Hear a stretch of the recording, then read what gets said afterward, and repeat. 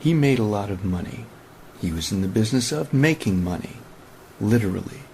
Join us for this exclusive interview with a convicted counterfeiter, next on The World According to Pleiades. Greetings and welcome to The World According to Pleiades on KFUG Radio in Crescent City, California, 101.1 FM.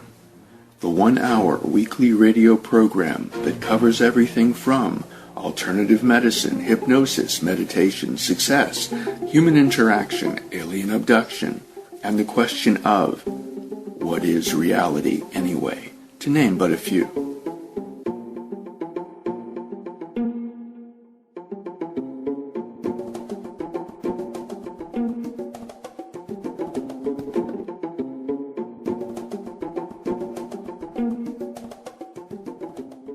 Good evening and welcome to The World According to Pleiades. Tonight I have what I consider to be an especially exciting interview, and we're using an alias name for the gentleman that I'm interviewing tonight, and the reason for that shall become apparent in just a moment.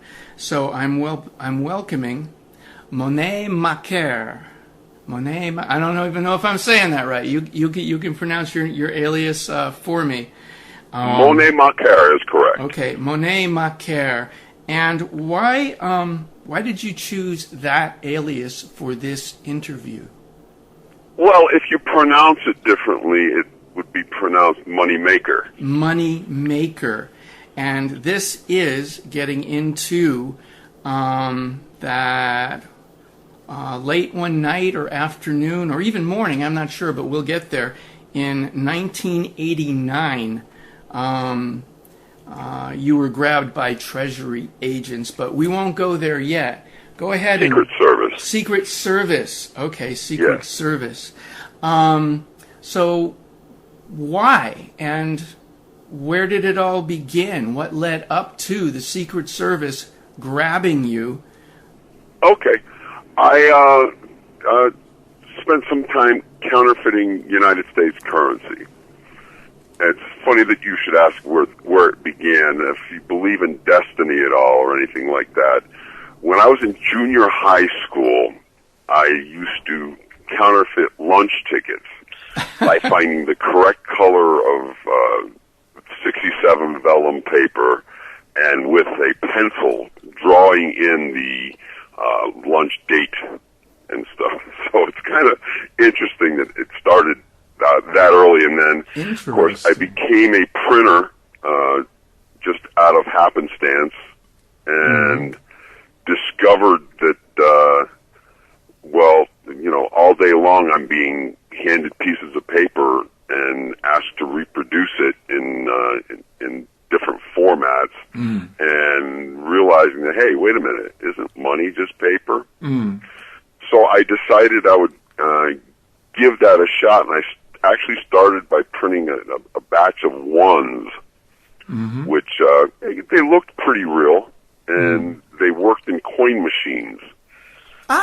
So yeah. Now the technology has certainly changed, and I'll want to talk about that at some point. But okay, so they worked in coin machines. So I mean, they must have been pretty good. They were. They were pretty convincing, but obviously not good enough to the human eye where you could actually do them. Now, as time progressed, I got a little better, and I started finding out all these tricks of how to do it. For instance, on United States currency back then, of course, it's all changed now, so you couldn't do it the same way I did it back then. So it's not.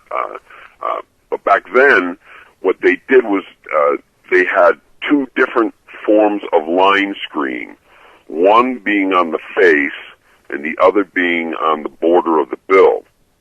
Now, as a printer, if you shoot your plate to get your lines correct for the border, you will plug up the lines in the face. If you shoot for the lines in the face, you will plug up the lines in the border. So done deliberately to discard counterfeiters. But I decided what I could do was remove the face from the bill, shoot the bill for just the border, print the border, and then shoot the face at a different exposure, and then print the face in. And that gave me very good results. Okay. And that's when I began to get a little crazy with it, and decided to try try it out on the public, so to speak, and see if it worked. And sure enough, it did. It was a lot of fun. I have a question.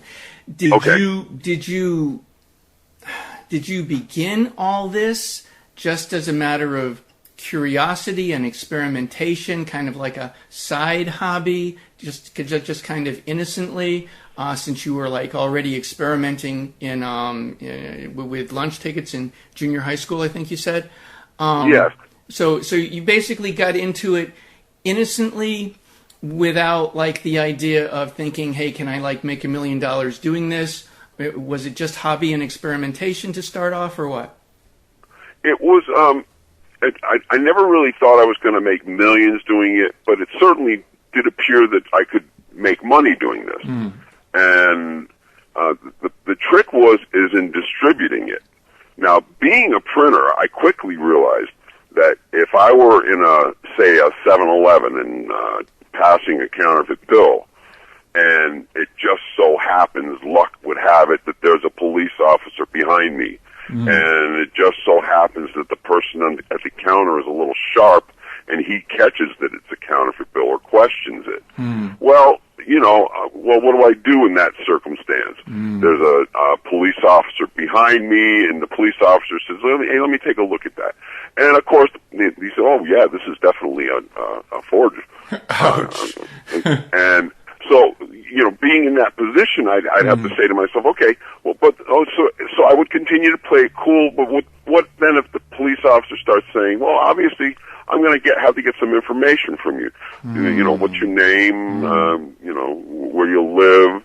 What do you do for a living? Well, when you say I'm a printer, that kind of spills the beans. Shucks. I could just imagine the light bulb going on over the guy's head saying, hey, I got an idea. You might be the actual person. Oh, my God. It's like, how well can you force yourself not to sweat? Exactly. Wow. So I determined it would be better to either have friends or acquaintances do the dirty work, so to speak, for me. So what I would do is I would just obviously offer a tremendous percentage profit in return. Now, one of my experiences with that was, here's a thing. I lived in Florida at the time, so knowing that I can't do this in my backyard, I would leave the state and so I never produced it and then distributed it where I was, because I had to get it as far away from me as possible. So on one of these adventures, this is pre 9/11, but still, I'm carrying over $10,000 in counterfeit currency on me. Oh man! And it's how do I disguise this? I can't just have bundles of bills in my pockets, because that's going to look really, in the event that they were to do anything at the airport security or anything like that. So I literally, I put the money in my shoes. I was like 5 inches taller. That's great. But I made it. I did it. I got on the plane. I went to another state and rented a car and did all this, some very stupid things that I didn't realize were stupid until after the event. But we were in a town handing out counterfeit money, going from store to store, and since there were two of us, we would, both go in looking separate and making separate purchases. Well, at one of these stops, I finished mine and got back into the rental car and was watching the counter person, and the other person I was with passed his bill and then Kate was on the way out of the store and didn't realize it, but I'm watching the counter person, and the counter person opens back up the register and pulls the money out, and he's looking at it, and then I see him reach for the phone. Whoa. And I said, "Oh, this is not good." Whoa. And we quickly dispersed. I got rid of all the money, quickly dropped my friend off, and then rushed to the airport to get back on my flight and return the rental car. And all of these things I was realizing was leaving a paper trail. Yeah, that had I been discovered, it would have been, pretty simple to really grab hold of me because I had left a paper trail. Using my real name to rent a car, buy plane tickets and such. So after that, I realized this is getting too risky, and so I decided to put that on hold. Then my wife at the time became ill with cancer, and money became really tight. So I decided, and we talked it over, and she had no qualms with it. She actually thought it was pretty cool and pretty interesting. How supportive. And what we would do is on Sunday afternoons we would go to church and be seen in church, and then leave church and drive to Atlanta and just go from store to store dropping off $20 bills. She was such a natural at it. She had so much fun doing it, and she was so calm and collected about it. It was wonderful. But it was a great experience for her, and unfortunately she's passed, so she never had to deal with any of the consequences of it and such. But so those were fun adventures. So let's see. You said you started out with ones, but now you just mentioned 20s. So actually, the ones were you already doing a higher currency on earlier Once I had done the ones, I had only done one batch of ones. And at that point, I realized, hey, if I'm going to do this, why not just up the quantity and do fives? I realized that the distribution of it was simple. And back then, of course, in the 80s, you could take a $5 bill, go into a store, buy a pack of gum for 10 cents, and end up with $4.90 change, which that was your profit. And it was very, very few people would ever scrutinize a $5 bill. One of the things I noticed when I was distributing it myself was the easiest way to distribute it was to, most cashiers don't pay attention, and if you place the bill with the green side up, that's all they're looking for is the denomination and the color of the bill, and they will usually just take it and then flip it and put it into their register without checking it. And so that was my way of seeing whether the counter person was taking any care or not. So, but yes, then I went after fives. That became so easy. It was, why not try tens? And that worked. And so, that's what happens. You end up getting greedy, and you start wanting to make the money faster and less risk. But once you get into the higher denomination bills, more scrutiny. So you had to be a lot more nervous and the potential of getting caught. That's not how I was ever discovered, though. So and of course, I'm thinking that whether you're doing ones or 20s, if you do get caught, the punishment, I'm just guessing, is going to be the same. Absolutely. So absolutely, you might as well try. And once again, I'm just guessing, but maybe you might have been thinking if the punishment's the same. Of course, you didn't want to get caught, but you did want to create as much income through it as quickly as possible, and ones would take forever. Absolutely, and that's what I was discovering. It was like you could go and hit one of these change machines, and you can't stand around there for an hour pumping in dollar bills. You're going to look awfully suspicious. So the most you could get out of it would be $10, and and then you've got to move on and find another change machine. And it wasn't that easy to find change machines back then, and certainly not worth it when you at the end of the day when you looked at, well, gee whiz, I made $50, and I worked a whole lot and took a huge risk Wow. for $50. Wow. So it just made sense to it made sense to make larger dollars. Yeah. I mean, it's just that's easy to understand when you put it like that.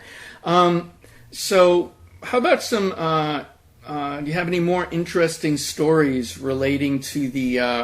How long were you actually doing this for before you actually got caught? Did you have any other close calls? Because that one you were talking about. The extent of it was probably over a 7-8 year period, on and off. I wouldn't. I would do it. I'd get scared, and I'd stop.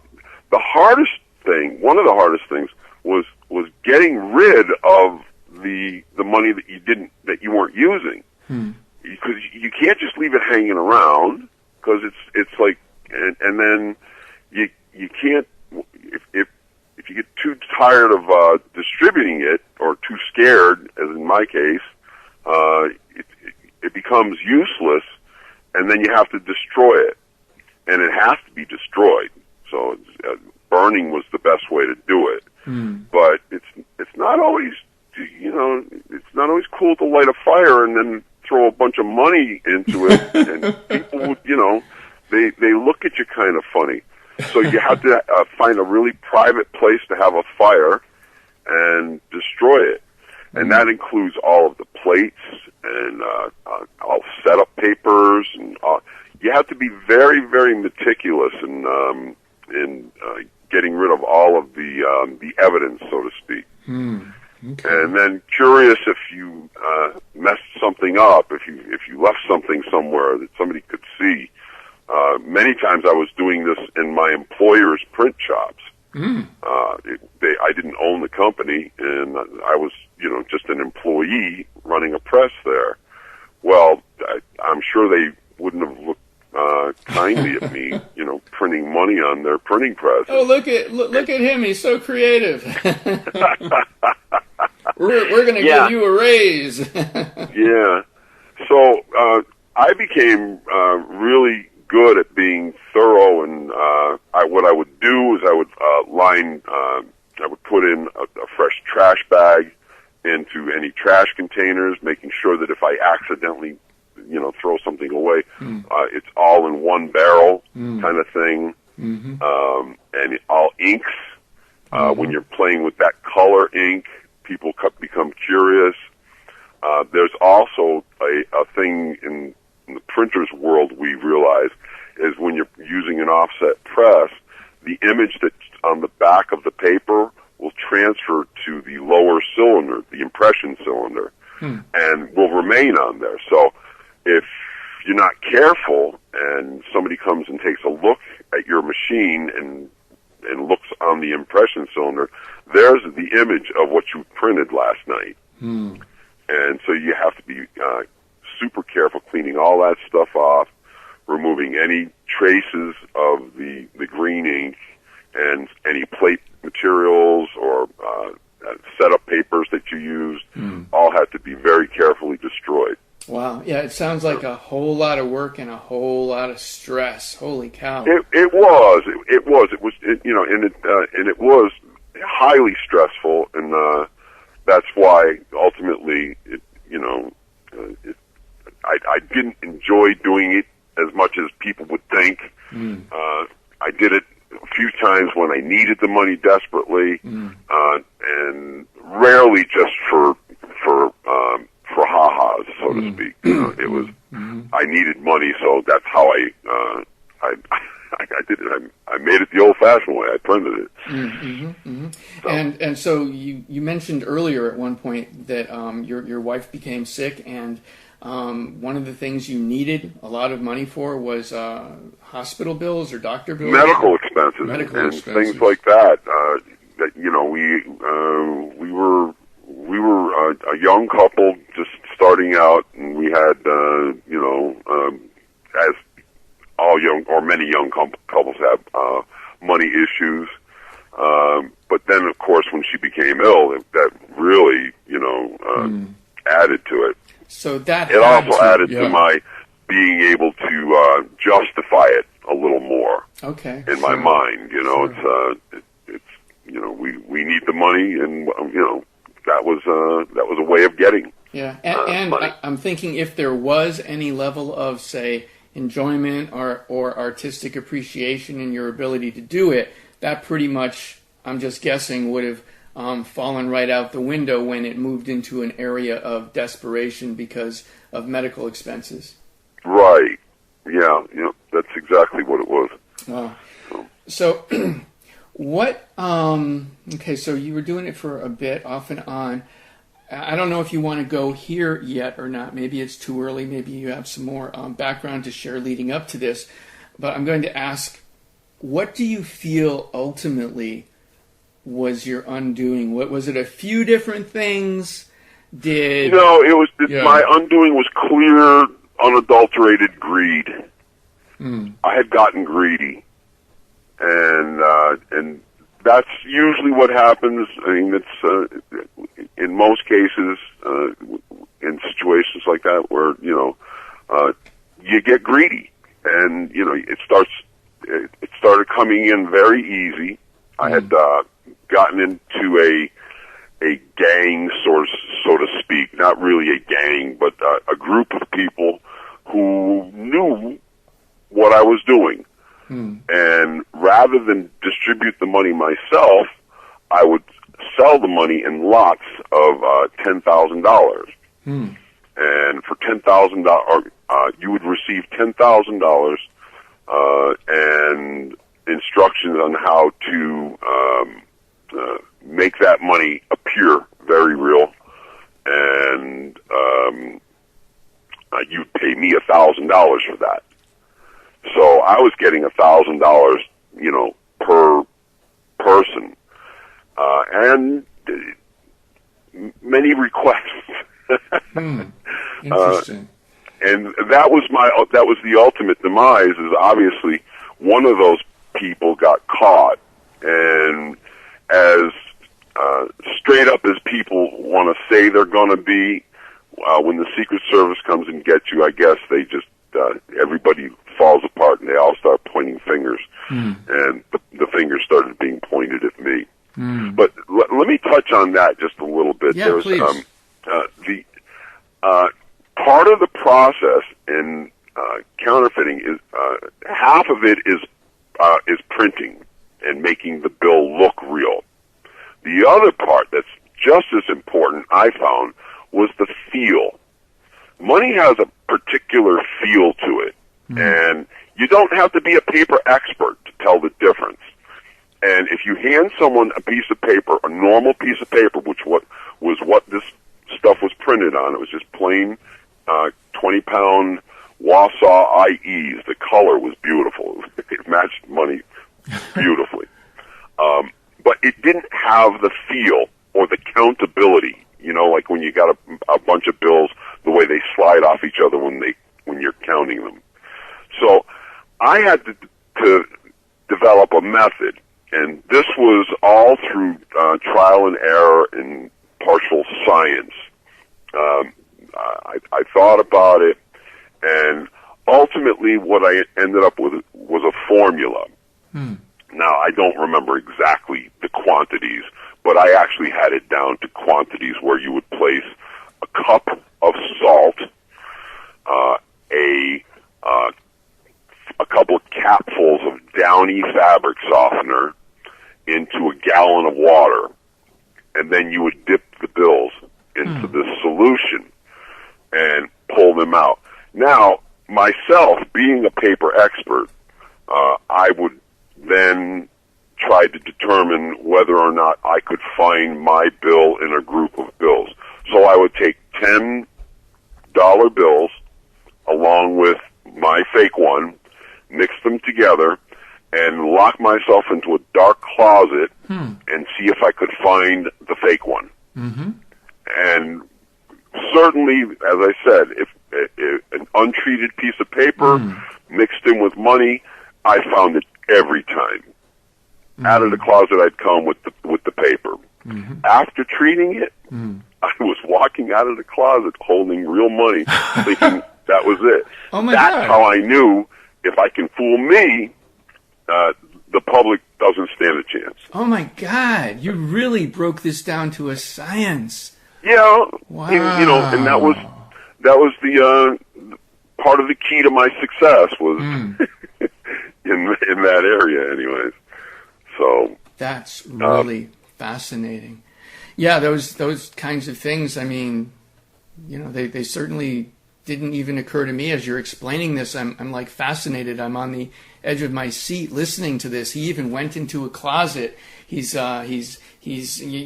trying without the solution and with the solution, and then since he's perfected his solution for treating the counterfeit money, when he's walking out of the closet attempting to differentiate, he's actually walking out with real money.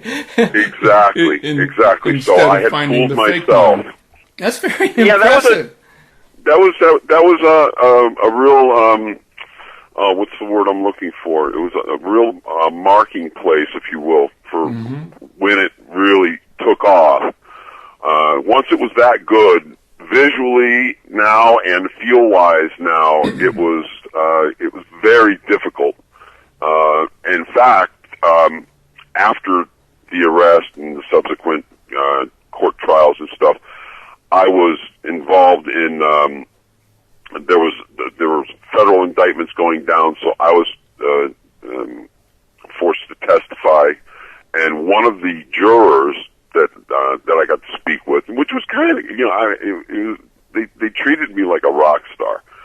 And the jurors would all get to talk to me and get their opinions and whatnot. And they had a sleeve filled with my money and a real bill. So there were like 4 bills in there in the real one. And one of the jurors came to me and asked me, "Well, how can you tell which ones are yours?" And I started, first of all, they all have the same serial number.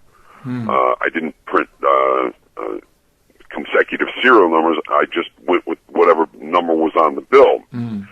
I later found out that the first letter in the serial number of the bill matched there's a seal on it for the Treasury seal. Well, I didn't know that in the beginning. So I was printing the wrong serial numbers on stuff, and nobody ever caught that. It's supposed to be a counterfeiting deterrent, and yet no one was aware of it. Oh, that's funny. There's also one more thing in currency that I was able to replicate that I got a gold star for. There's a green seal on the bill, and in that seal there's a skeleton key. And the 2 points in the center of the skeleton key are open. Most printers, because green is a very difficult color to reproduce on photographic equipment, they shoot too dark, and that space between the key plugs up, so to speak, and now there is no space. Well, I had found that since that was so hard to reproduce, I reproduced it on its own. And when I did, I put a yellow filter over the green, changing it to a more brown, making it easier to shoot, and mine did not plug up. So the other way, of course, as I told the juror, was if you look at the bottom of the face, there's a line that connects to the border of the bill. That's where I cut the face off, and then I had to place it right back in on that. Now, I'm a very good pressman, so I was very close, but even the paper size itself can deviate by a 32nd of an inch, which is enough to knock that line off. So when you looked at my currency, if you look closely, and most of the time you needed a magnifying glass to see it, but the line wouldn't exactly match up. And that was a way of spotting that it was my work. So not the work of another counterfeiter. Okay, thank you. I'm really finding all this very interesting, very fascinating. So do you have any, just off the top of your head, well, you of course knew we were going to do this interview, are there any especially interesting stories in relation to this adventure that you would be comfortable in sharing? Well, one would be the arrest itself, the actual arrest. Now, I had a business partner that I was dealing with who, at the time, I had now owned my own printing company. So doing it became much easier because in the privacy of my own company, with the doors locked, I don't have to worry about somebody walking in anymore. I don't have to be as careful with the materials and such because I'm the owner of the company. Of course, you still don't want to have any of that stuff hanging around. But the day of the event, it was, I have to say, I honestly feel as if they had drugged me somehow. When you say they knew they were coming for me, and I had received a phone call from my partner's wife that morning telling me that they had come and got him. So the Secret Service had grabbed your partner. Yeah. When you say they, when you think that they may have drugged you, who is they? The Secret Service. Oh, okay.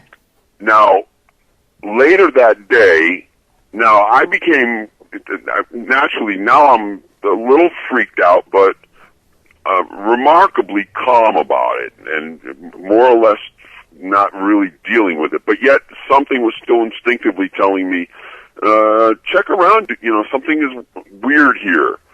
And so I went for a walk, and I was walking, I was in Tampa, and I was walking along Bayshore Boulevard, and there was a crowd of people walking. It's a very popular walkway. And I did an old technique of finding out if somebody's following you. I walked approximately a mile in one direction, and then I turned around and walked the other way. Now, that's when I really should have had a clue, okay? Because as I was walking back, there was a group of 3 or 4 men, obviously following me, and not realizing that I had turned around and now I'm walking towards them. And they can't do an about face because now I really got you. And now I'm going to be super suspicious. But one of them had the audacity to speak to me. And that, when I think back on it, what a foolish person he was. Because if I was one of the types of people who was perhaps carrying a gun and real serious about this, I could have just blown him away. He more or less revealed himself to me at that point. He made a comment. I was wearing jeans that had a tear in the knee, and he said, "Ripped jeans." And, just being kind of sarcastic. And when I look back on it, I clearly know now that that's what was going on. I was a little confused, but then I for some reason or other, rather than getting all freaked out and suspicious like I should have been, I went back to my shop. I had a couch in the back, so I went in the back to lie down, take a little nap. I was feeling groggy, and I took my nap. Now, when I woke up, I it was like I was in a dream world, so to speak. I felt as though I were drugged, but I wasn't. I was sober. I wasn't taking any drugs or anything like that. But yeah, I felt that kind of a feeling. So I wasn't really, and I was very confused in my mind. Wow. And my partner comes back into the store. And one of the rules with counterfeiting is you never, ever bring it back into the building. Once it leaves my hands, I never touch it again. Don't go near it. It's now poison. Okay? And he walks back into the store, and he has a bag of money with him. And I looked at him and said, "What are you doing bringing that back in here?" It's like, you can't do that. You know better than that. And I should have been, that should have been alarms and whistles and whatnot. And he says to me, "I got a guy that wants to buy $1 million. So it's $100,000 sale. Okay, it's serious now. This is really on." And but now here's the interesting part. My business had actually taken off, and the business was actually doing well. So I told my partner, I said, "You know what? I'm not interested. I'm not going to do it anymore." I said, I'm done. I'm out. I've made enough. And I'm trying to talk to him saying, "Look, the business is doing well enough. Look at the books. We've got money in the account. All of the bills are paid. Everything is good. We can actually pay ourselves, blah, blah, blah. So I'm out. I'm not interested." Well, he keeps trying to persuade me to do this. And that's when I realized he had left the door unlocked on top of it. Because in walked these 4 people, one of them coming up to my front counter and placing a loaded cocked gun to my head. Ouch. Right in my forehead. Now, you have to understand, at this time, I'm still not sure of things. I'm very confused, and I'm not sure if these guys are law enforcement or if these are serious criminals coming to say, "Yeah, you are going to print $1 million." So it was a very, very frightening experience, to say the least. Yeah, it sounds like it. They later obviously identified themselves. They were the Secret Service, and that was a really interesting thing too, because on the way they put me in the car. Eventually, they put me in the car, and they're driving me to Secret Service headquarters in downtown Tampa. Blah blah blah. And as we're driving there, I had to say it. I said, "Would you mind showing me your identification again, just to be sure?" And he handed me his Secret Service identification, and I looked at it and I said, because I could make one of these. There you go. He got a huge kick out of that. Oh, did he? Did he? Yeah. So then they take me into downtown Tampa, and now I'm under arrest, but they still don't have me, so to speak, because I could easily just say, "No, it's not me. I didn't do it." They still have to prove it. So to impress me with their technology, they were trying to show me that my partner was wearing a wire, and they had tape recorded all the things that were said in the shop. So they have this small little reel-to-reel tape recorder, and the guy who's operating it was a little inept, and he plays the tape, and while he's playing it, it gets caught up in the machine and is jamming all over the place. Oh my God! Yeah, and I'm looking at it like, "There goes your evidence, pal. You just destroyed your own evidence." Did you actually say that? Well, I commented on it, Yeah. and I said, "Well, you don't have that anymore now, do you?" Oh man! So, but anyways, I immediately realized, look, it kind of felt like a relief to me. I said, I'm going to be able to get this phase of my life over with.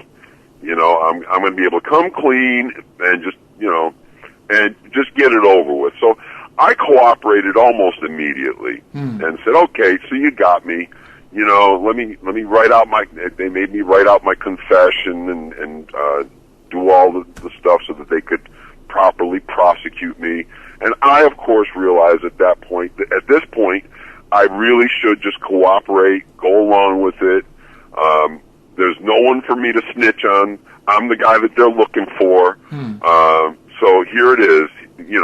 Take me to your pilot and let me do what I got to do here and get this over with, and then I can live my life.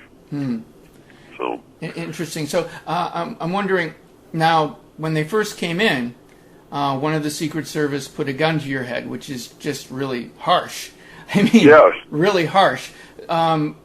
Why do you? And overall, how did they treat you? And why do you think they did the gun to the head thing? Was that just to get your attention, or what? I mean, well, that was obviously because they don't know who I am, and for all they know, I was packing. So it was just sort of a standard thing for them, and I'm sure they were, as the adrenaline was flying in them as much as it was with me at the time. So they were, that was just the way they were doing it.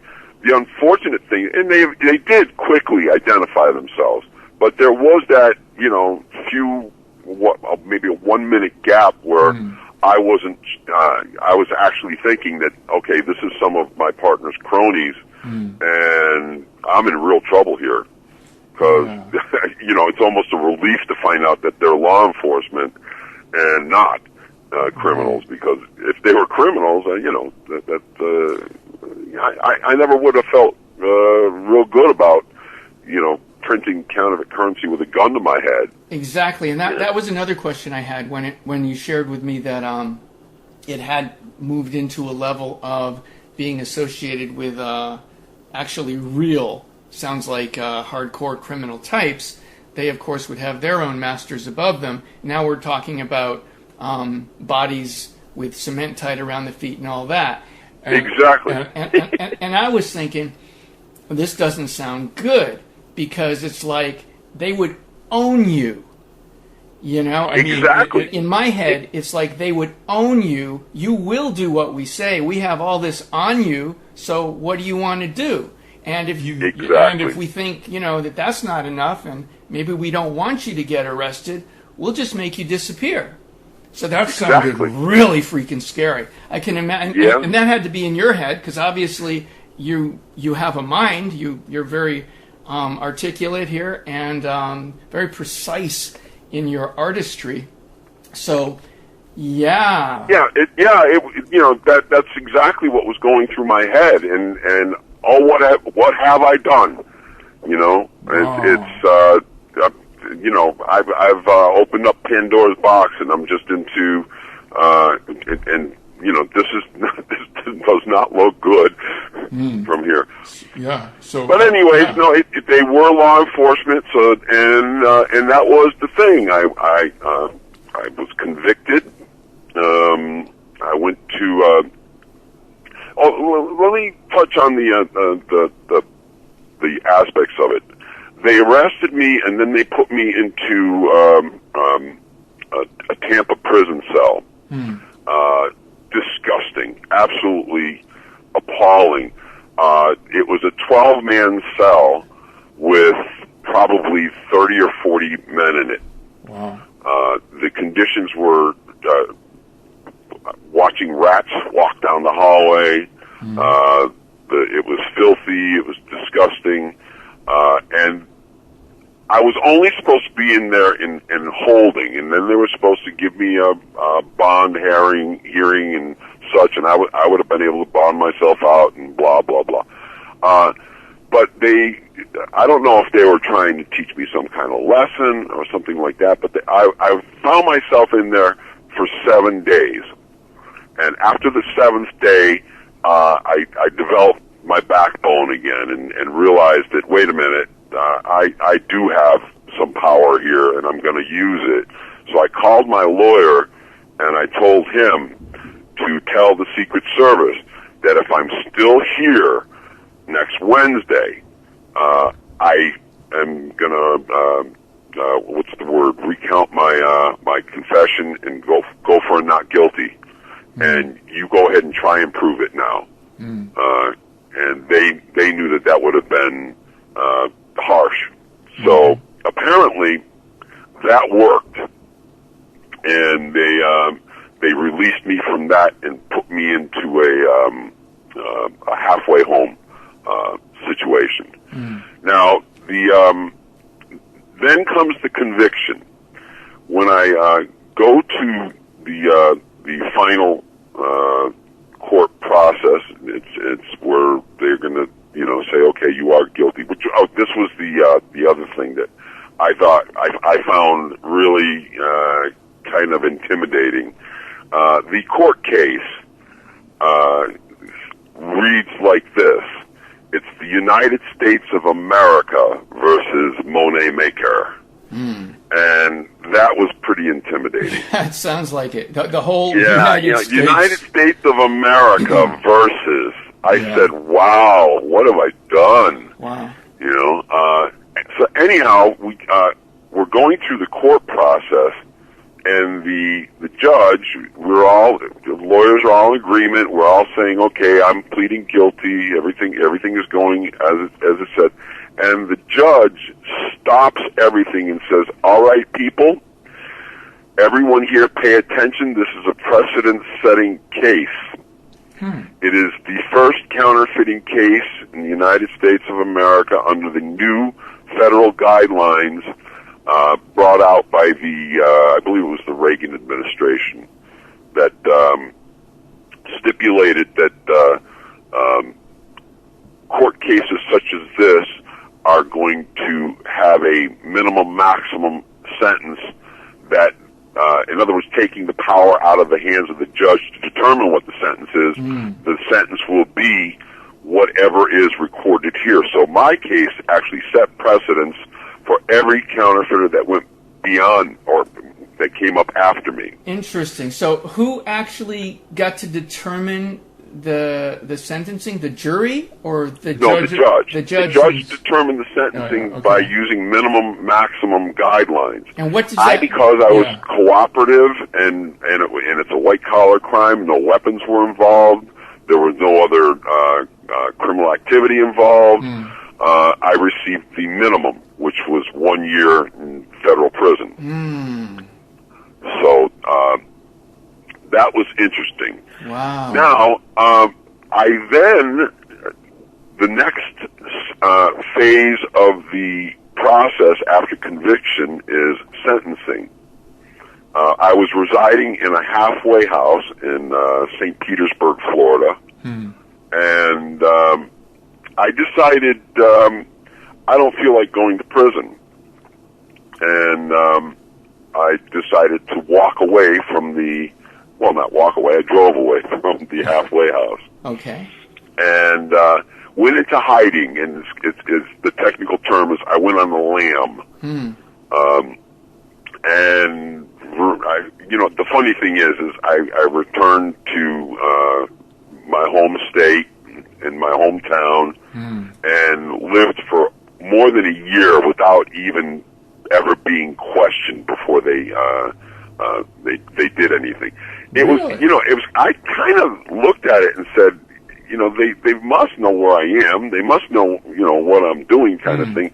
I'm not really hiding that well. They've made absolutely no effort to come and get me, so to speak.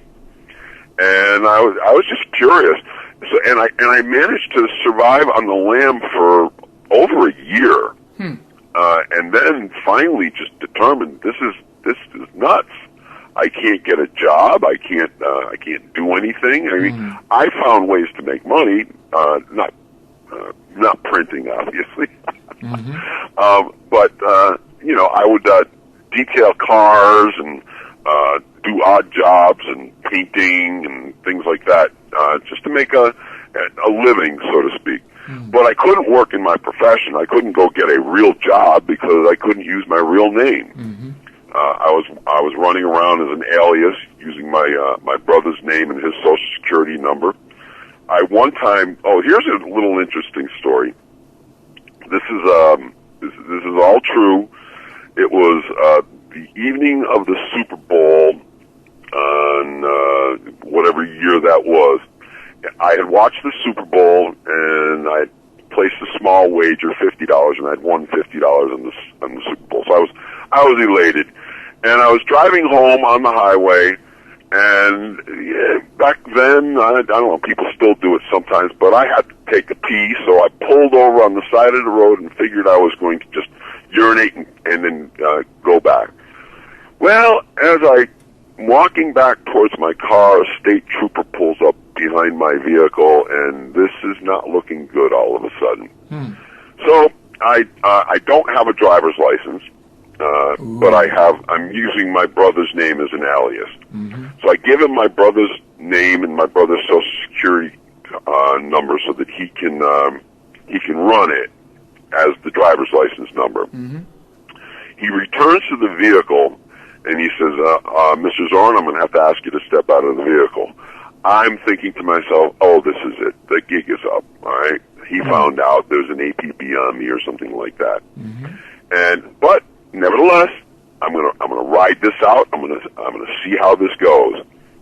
I'm not gonna spill any beans myself. They're gonna have to find out on their own. And so I'm sitting in the back of the car, and so I ask him, okay, what is this all about?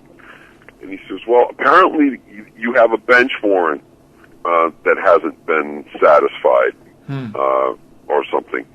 So this is. They arrest me, and they put me in a cell overnight, and they book me as my brother, and then in the morning I went to court, stood before a judge, had the lawyer. A friend of mine had a lawyer come in, and the lawyer was able to get the bench warrant removed from my brother, and I walked out of a courtroom. I was arrested, booked, put in jail overnight, showed up in court in the morning, and walked away. No one even suspecting that I'm not my brother. Yeah. But they had me. In other words, they had me in a cell, and still didn't know who I was, and I still managed to walk away from that. That was really cool. So, do you have nerves of steel or what? I don't know how I did that. I don't know how I was able to keep my composure long enough to look at them and say, you don't even know who you have here. You've got you've got a gold star on your forehead if you can somehow figure out who I am. Wow. Because you're going to get to meet the Secret Service, you're going to get to be a big shot and all that stuff. You got the main guy. So wow. I thought that was amazing. Wow, pretty amazing. I mean, that just sounds plain old wicked scary to me. Yeah. Holy cow. Okay, so you're still on the lam after that. Yes. So, but that was enough to give me a really harsh wake-up call, and I was really tired of not being able to work in my profession and not being able to have a normal life. Always looking over my shoulder, always wondering, when is it going to happen?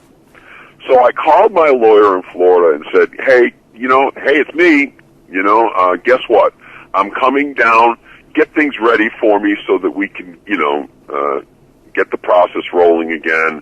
And I'm going to turn myself into the Tampa Police Department, and you'll be with me. So hopefully things won't be so bad, and that's how we're going to take care of it. Well, that was enough of a spark, evidently, that it put the Secret Service back into action, and they decided they were going to come and get me. Okay, so the phone you used was tapped, or your lawyer's phone was tapped, or No. My lawyer, being an officer of the court, felt it was his obligation to stipulate to the court that I had made contact with him I was in such and such a place, and I was preparing to turn myself in. But not turning myself in. I didn't want to turn myself in Massachusetts and have to go through the grueling process of being transported down to Florida, by the federal government, because the transportation services suck. And I found that to be extremely true. They bounced me all over the place before they got me to Florida. And I think part of it was they were trying to teach me a lesson and smack me around a little bit like a ping pong ball, because it was pretty ridiculous what they put me through. But let me touch on that just a little bit. Please. After the sentencing, I'd gotten my 1 year, and now they were going to start enforcing it. So I went into custody. And first stop was the Tampa cell again. But wait, how did they first grab you? Did your lawyer call you and let you know they were coming, or? Yeah, no. What they did was that's another interesting little story regarding my brother. Because they came in with a full task force, and they knew where they were going, but they thought my brother was me. Oh, no. So my brother was, it's what my brother told me later, he was in the post office, and a bunch of agents surrounded him, arrested him, put him in cuffs, took him down to the station, and they were telling him, they weren't buying it. Oh, my God. That, no, you are not, you are Monet. And no, I'm not Monet. Monet's my brother. And no, oh yeah, okay, we're not gonna fall for that one, kid. Oh my and God. So, but it was true. It really was my brother. So he finally, I don't know how he finally convinced them. That he wasn't me. And so they came directly to my house. I was actually sitting on my neighbor's steps playing guitar with my neighbor, and they came and walked up to me, and the agent looked at me, and he said, "Do you know who I am?" And I said, "Yeah." And I just I put down I said, "Can I put my guitar down and put my guitar away and whatnot?" He said, "Sure, go ahead." And from that point, I got in the car, and well, here we go, and the long ride began. So they transported me down to Florida. Transported me down to Florida, and then they obviously went back to court. Got the sentencing was complete, and I started in the same campus cell. Interestingly enough, a true story. When they put me back into the Tampa cell, I had really made a big stink about how what they were doing should be illegal. You can't put that many people in a cell. This is not, we're not a third world country here. When I went back to that same cell, there were 12 people there in a 12-man cell. Interesting. I was one of the 12. So I don't know if it was me that did it or if it was some other situation that had done it, but I had really made a big issue about that. Then, of course, came what I call the federal tour. It's where I went to Talladega, Alabama, spent a week here. Then let me tell you about some of the scariest places I went. I had the federal bus that's carrying us prisoners was pulled up to Atlanta, which I thought, you never know where you're going. You're just on the bus, and they're stopping at all the prisons, and this may not be yours, it may be yours. And I had looked at Atlanta, and Atlanta was one of the scariest prisons I've ever seen. They had just gotten over some rioting, and you could still see the scorched flames from the windows where they were burning their bedding and stuff. It was a very, very scary, intimidating place. Just seeing it was enough for me. I'm glad I didn't have to go in. Wow. From there, I probably went to Talladega. At Talladega, then probably Oklahoma. Now, don't ask me how I ended up in Oklahoma. El Reno Prison, federal prison in Oklahoma. That place was just disgusting. It was just really, really bad. Had you actually started serving time yet, or are they just this was part of my sentence. Because it was a white collar crime and no guns or anything involved. My sentence was to go to a camp, a prison camp, is what they call them, and that was in Allenwood, Pennsylvania. Literally no locks on the doors. You were free to go, to and from. It was much like military. They did counts every day, sometimes surprise counts and inspections on your bunk and all this, good stuff. Pretty much like military service. But of course, you're in prison. They have slave labor, which I was part of. It was a program called Unicore. They manufactured office furniture, and you got paid 20 cents an hour, and you got a penny raise once a month or something like that, trying to teach you how to be a good member of society. This is what good members of society do. They go to work every day and they make their money, and that's how you get through here in America. Now that's interesting. Blue collar crime.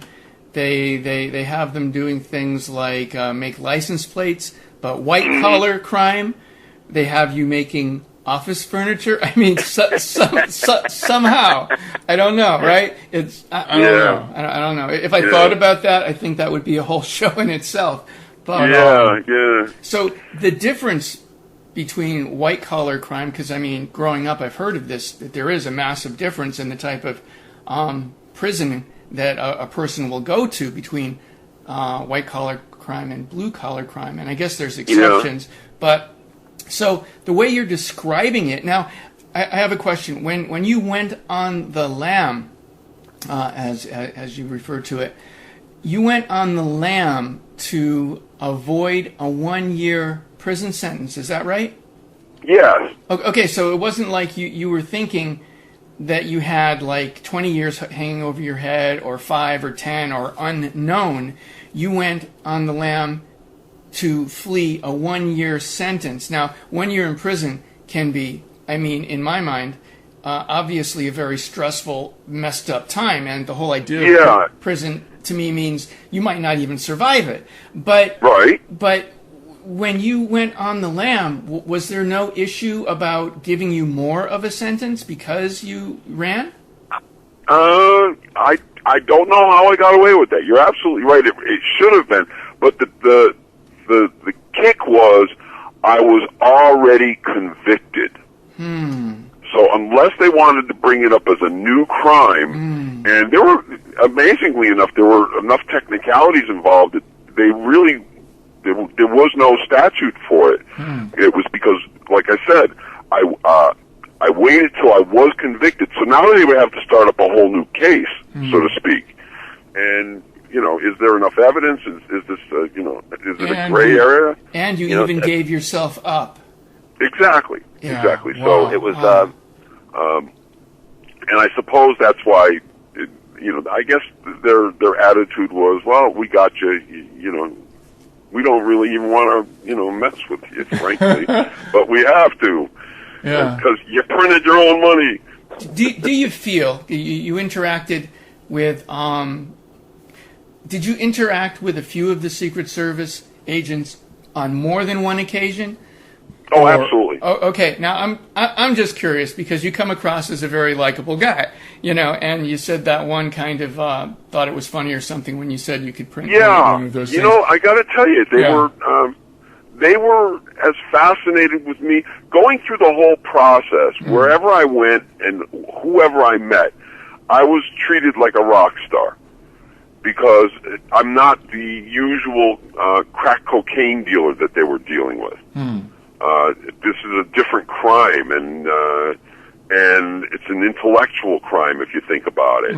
That's what they were. In fact, many of them admired me.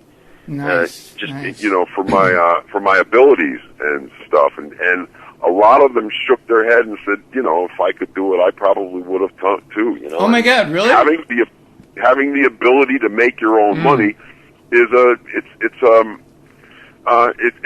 kind of a curse. It was, and that's what it was for me. And if I hadn't gone through all that stuff, I would probably still in the back of my mind still be thinking about it. But I honestly have never tried it again. I put down my counterfeiting gloves and said, I'm never going to do this again. I didn't like it. I didn't care for prison at all. And I realized that being an intelligent person, I can make money doing other things. If I'm that gifted and that talented that I can do that, well, why am I not just doing the right thing and just making my money that way? And that's the way the rest of my life has turned out. So, these days, it's all behind me now. It's it was a really cool adventure in life, to have done it, and I have no regrets whatsoever. But it's one of those things. I'm certainly never going to do it again. Now that brings up an interesting point for me. Do you feel like, since the Secret Service was involved and all that stuff, do you feel like you're still being watched? Well, was there ever any? Now, you were a professional printer.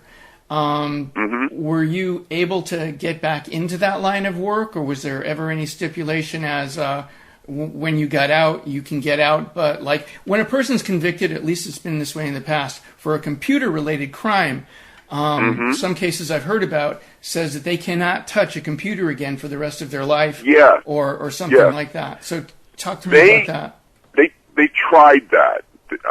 I had 2 years of federal probation, in which they said I couldn't work in my field, which I argued and said, well, how do you expect me to make a living if I can't work in my profession? And they, that this was part of my punishment package, so to speak. So what just to be a smart ass about it, I ended up, one of the other things I do in life, I'm a salesman.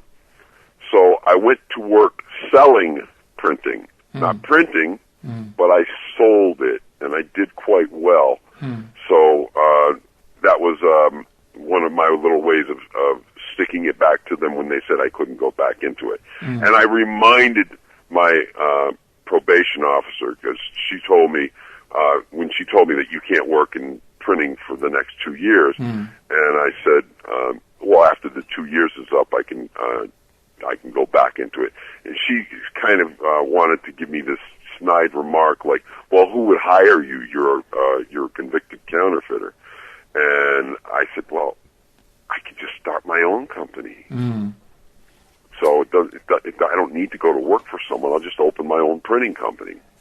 Good point. And whatnot. And ultimately, that is what I ended up doing.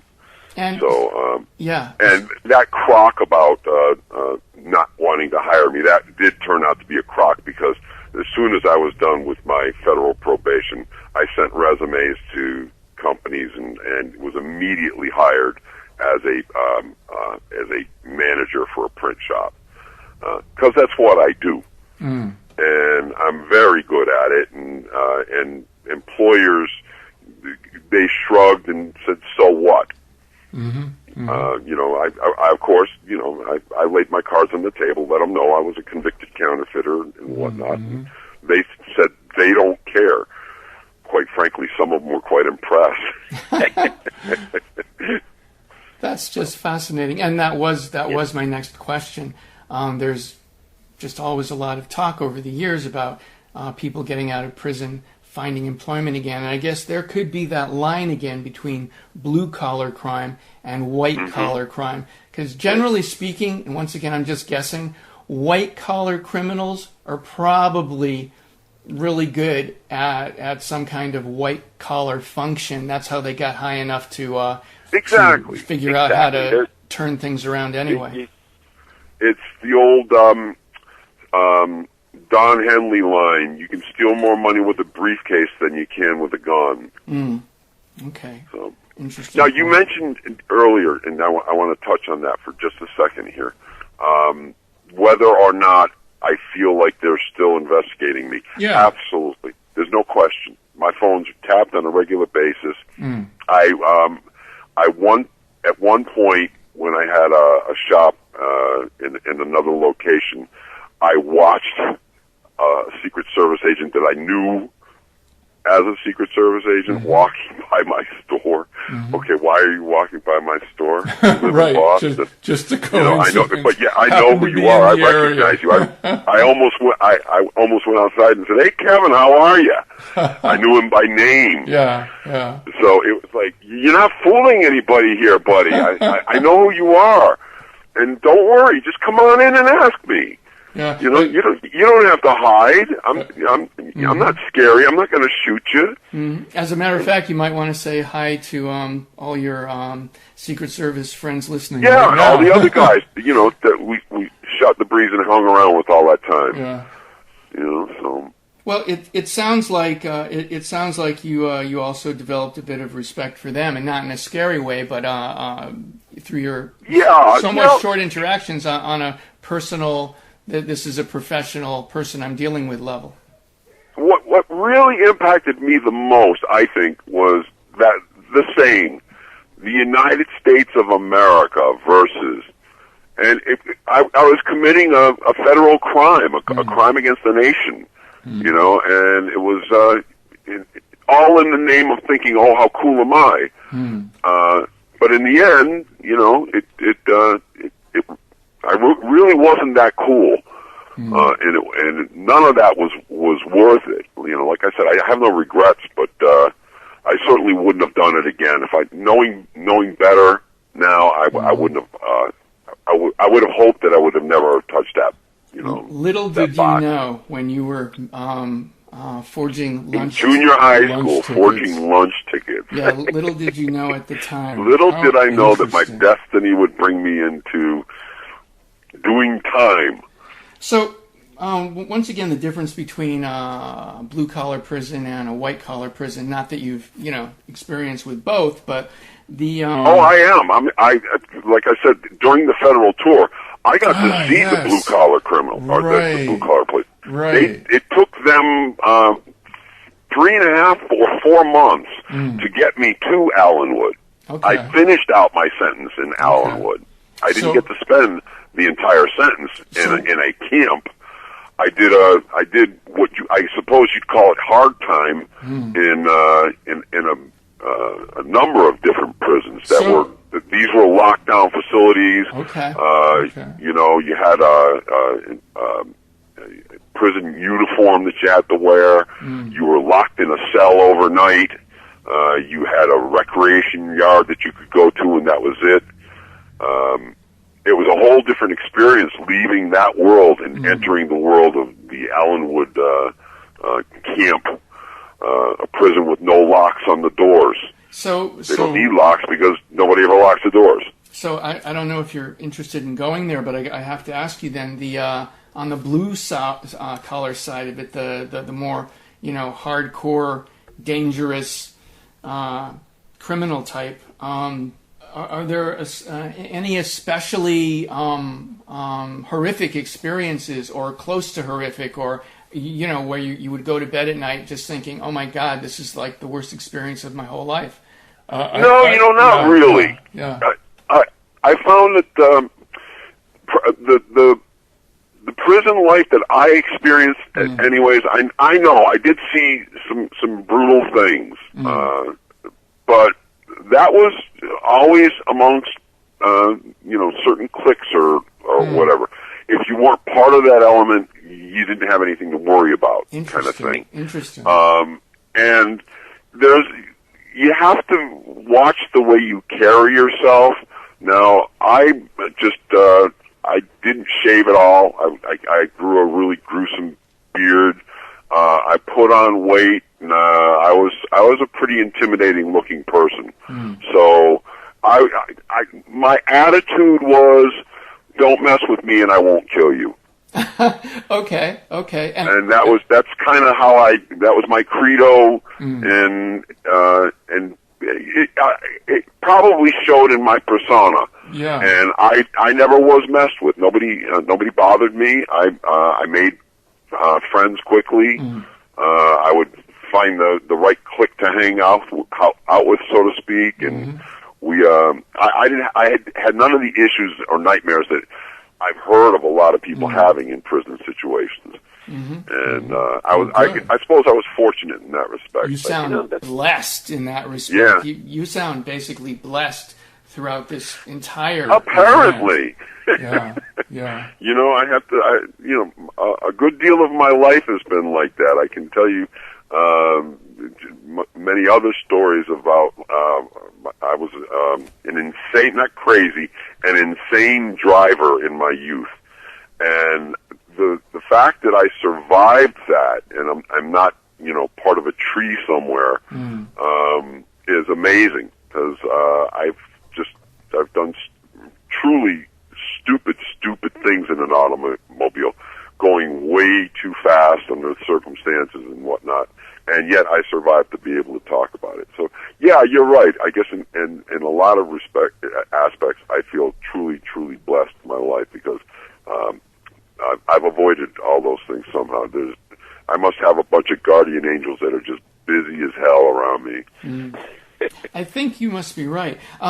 We're getting near to closing. We're actually over an hour now, but I can actually make the show go over an hour, so that's okay. But we are getting near the end. I'm wondering, do you have any comments on today's technology? Because I'm thinking, since you were in that area, and you weren't flat about it, you were very thoughtful, very precise about it. You must, I'm assuming, have thoughts about today's technology and what a person might work, might not work. Do you ever think along those lines? I mean, I know you wouldn't absolutely. Yeah. Okay. Any comments? They have made a great deal of improvements on the printing of currency. It is no longer the kid from high school that can do it, because that's the way I looked at it in the counterfeiting career, was that if you don't want people to do it, why are you making it so easy? Because I know to the average person it may not consider that easy, but from a printer's perspective, a novice printer could do it. You didn't have to be super special. You just had to have the motivation and the incentive and the equipment to do it, which didn't take terribly sophisticated equipment. But these days, with all of the new stuff that they have incorporated in it, the hologram, there's a magnetic strip in it now,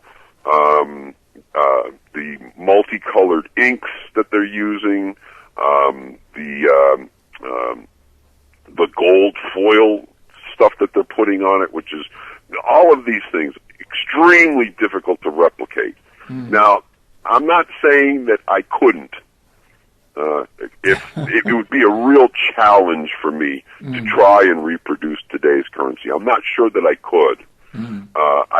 I feel confident in my abilities and say, yeah, if I wanted to, I could figure out ways to get by that thing.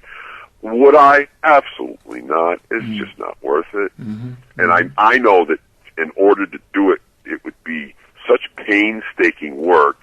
It would have to be just, to be stupid and do it, because it would just, it couldn't possibly be profitable. Because it would be a very complicated process these days. So. And yeah, what you commented on earlier, when the more hardcore criminal element got involved, that's just another way I feel you were blessed through this whole thing, because it just seems to me that could have turned real ugly, real fast, real easy. Exactly. Yeah. That was, that's the one thing that, being the smart ass in me, that's the one thing I didn't really take into account. The what if it were to have to go down that way. because I never really gave that any thought, and I guess, but it certainly could have ended up that way. Just flip the coin just a little bit different. I hear you. And you mentioned at one point that your wife became ill, and then at another point you mentioned that she has passed on since that time. I'm wondering, did she pass on before the Secret Service got you, or after? Oh, absolutely. Yes. So technically, she could have been considered an accomplice, if you will. And that always worried me about bringing her in and being involved in it. But she had no problem with it. She didn't actually see it as a crime, as I suppose I didn't either, when you're thinking about it. But in the end, she did pass before it went down, so to speak. Actually, I managed to go for a few years after that, still doing it on and off. But as I said, it wasn't until I got into this group of people that all wanted in, and it just became so easy to just sell $10,000 and make $1,000 that day.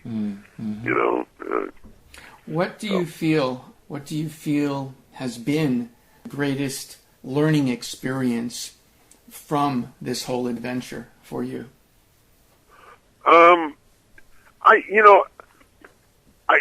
It is just that. That's the way I have looked at it for the rest of my life. It was a wonderful adventure. It's something that I'm not necessarily proud of, but I'm not disappointed, or I'm not negative about it. Life goes on, and it's just I certainly don't recommend anybody try anything like that, because you're going to get caught sooner or later. Everybody gets caught. Sooner or later, everybody gets greedy, makes a mistake, and gets caught. That sounds like a great way to wrap up, but I got to ask you one more thing that just popped into my head. And as always, if you don't want to go there, or if you can't go there, that's fine. Just like the criminal element, like I said, it seems like you were blessed through that, because those guys, whatever, it seems like once they get their talons into a person that's creating money for them, it would be easy enough for that type of person to consider that they own you and you will do what they say. Now, what about on the side of the law, the Secret Service and things like that? Since you were involved on that level, have they in the past ever attempted to get you to become a part of a sting operation or anything like that? That's interesting that you say that, but that would take an entire another story or another episode. Because yes, that is exactly what happened. It was years later, and there was an individual looking to print $2 million, and I was chosen to be the printer and negotiate with this guy and do all of the things that were, but I was all the time wearing a wire and working as a Secret Service informant. Okay. Yeah. I was, let's see, they swore me in as a, what was it? It's not a marshal. I think it was deputy or something like that. I had to take an actual oath and all this stuff and be sworn in.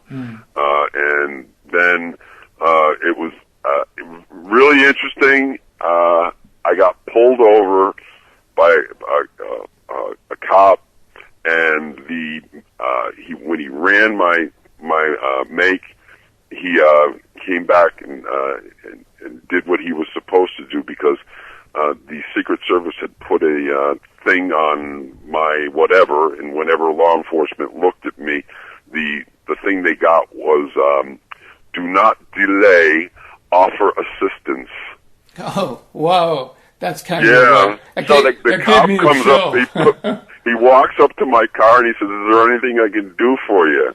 And I said, no. Yeah. And he said, on your way. You know, so I was given, that was very cool. That and the other sounds thing wicked cool. was the, that actual bust when that happened. There were guns involved, and I was unaware, but the word was, don't shoot him. Oh. All the cops got to see me, and before the thing went down, and they knew who I was. So don't shoot him. Don't shoot him. If anybody pulls weapons or anything, shoot him, but not him. Wow. You know, so that gives me chills, dude. Yeah, that's pretty. But as I said, if we were to go onto that, it would be a whole another episode. So. Well, that's actually a pretty exciting note to end on. I'm glad I thought to ask that. And and the officer that pulled you over that night and said, you know, can I offer you any assistance? Well, that probably made his month or maybe even his year. Got to tell his you know, that was you know? The one thing I found out, that when you were dealing with local law enforcement, regular police officers, as soon as they get around Secret Service people, they start puckering up and start kissing ass. Making friends wherever you go. Is there anything you'd like to just mention in closing? Anything at all? Once again, I just want to make sure that I am in no way endorsing or encouraging anyone to attempt something as foolish as counterfeiting. It's a foolish crime. Don't waste your time. You can make more money legally than you can illegally. Well, thank you. And you don't have to worry about, you know, watching over your back all the time, because that was probably the worst thing and the most relieving thing about getting caught is I'm now free. I no longer have to walk around saying, when is it going to happen? Wow. Yeah, that just sounds wicked stressful. Well, once again, Monet Makir, and I'm having trouble with that name apparently. But I thank you for being here on The World According to Pleiades. Thank you for sharing your story. It's been a fascinating story, and I really thank you. And it's been interesting. Well, thank you very much, and I wish you a beautiful, safe, healthy, and prosperous reality. And it controls what we remember. And it controls what we remember. And it controls what we remember. And it controls what we remember. And it controls what we remember. And it controls what we remember.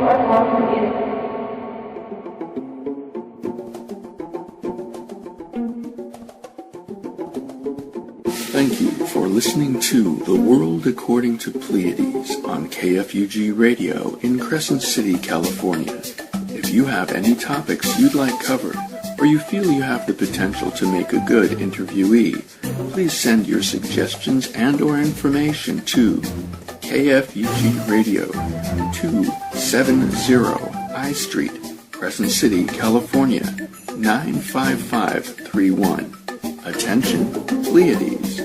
Or email me at radiointerview@moonstar-enterprises.com. That's radiointerview@moonstar-enterprises.com. My name is Pleiades Moonstar, and I love you.